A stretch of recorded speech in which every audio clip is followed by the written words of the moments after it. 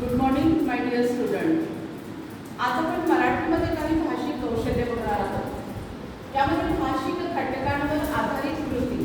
कधी कधी काय होतं की आपण खूप मोठं असं सेंटेन्स बोलतो, म्हणजे एक वाक्य बोलतो मोठं, त्याच्यासाठी एकच शब्द वापरला तरी चालतो, है ना. म्हणजे खूप मोठं वाक्य, लांबलचक वाक्य बोलायची गरज नसते. तर अशा पद्धतीने मराठीत असे अनेक शब्द आहेत की जे भाषेचं सौंदर्य तर निर्माण करतात, त्याचबरोबर आपण जेव्हा बोलतो तेव्हा त्याची सुद्धा एक वेगळी छाप किंवा वेगळा प्रभाव आपल्याला पाहायला मिळतो. तर ही शब्दसंपत्ती कोणती आहे ती बघू. आपल्याला 10व्या वर्गामध्ये बोर्डाच्या परीक्षेमध्ये प्रश्न 4थ्या क्रमांकाचा जो प्रश्न असतो तो असाच असतो. भाषिक कौशल्य वाढवणारा हा प्रश्न असतो. त्याच्यामध्ये आपण शब्दसंपत्ती बघतो आहे.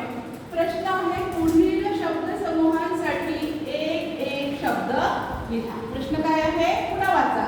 पुढील शब्दसमूहांसाठी एक एक शब्द लिहा.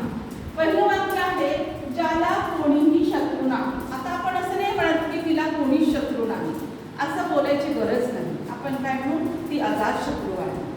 म्हणजे या एका वाक्यासाठी एकच शब्द आपल्याला वापरता येतो, तो आहे अजात शत्रू.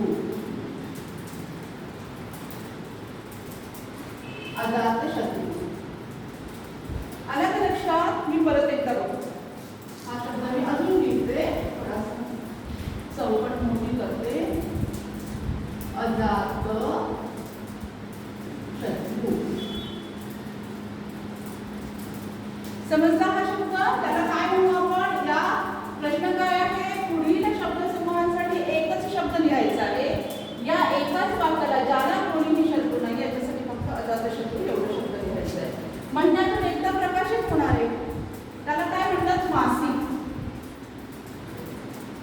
मासिक काय म्हणतात त्याला? मासिक. त्यानंतर ज्याचे आकलन होत नाही, मला त्याचं आकलनच होत नाही असं म्हणायची सुद्धा आपल्याला गरज नाही. आपण काय म्हणतो, ते अनाकलनीय आहे, म्हणजे ते आकलनाच्या पलीकडे आहे.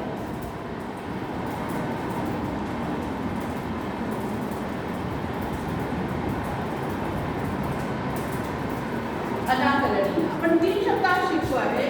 शिकत सांग काय म्हणते प्रश्न, पुढील शब्दसमूहासाठी एक एक शब्द लिहा. ज्याला कोणीही शत्रू नाही. अजात शत्रू. Very good. दीपाली सांग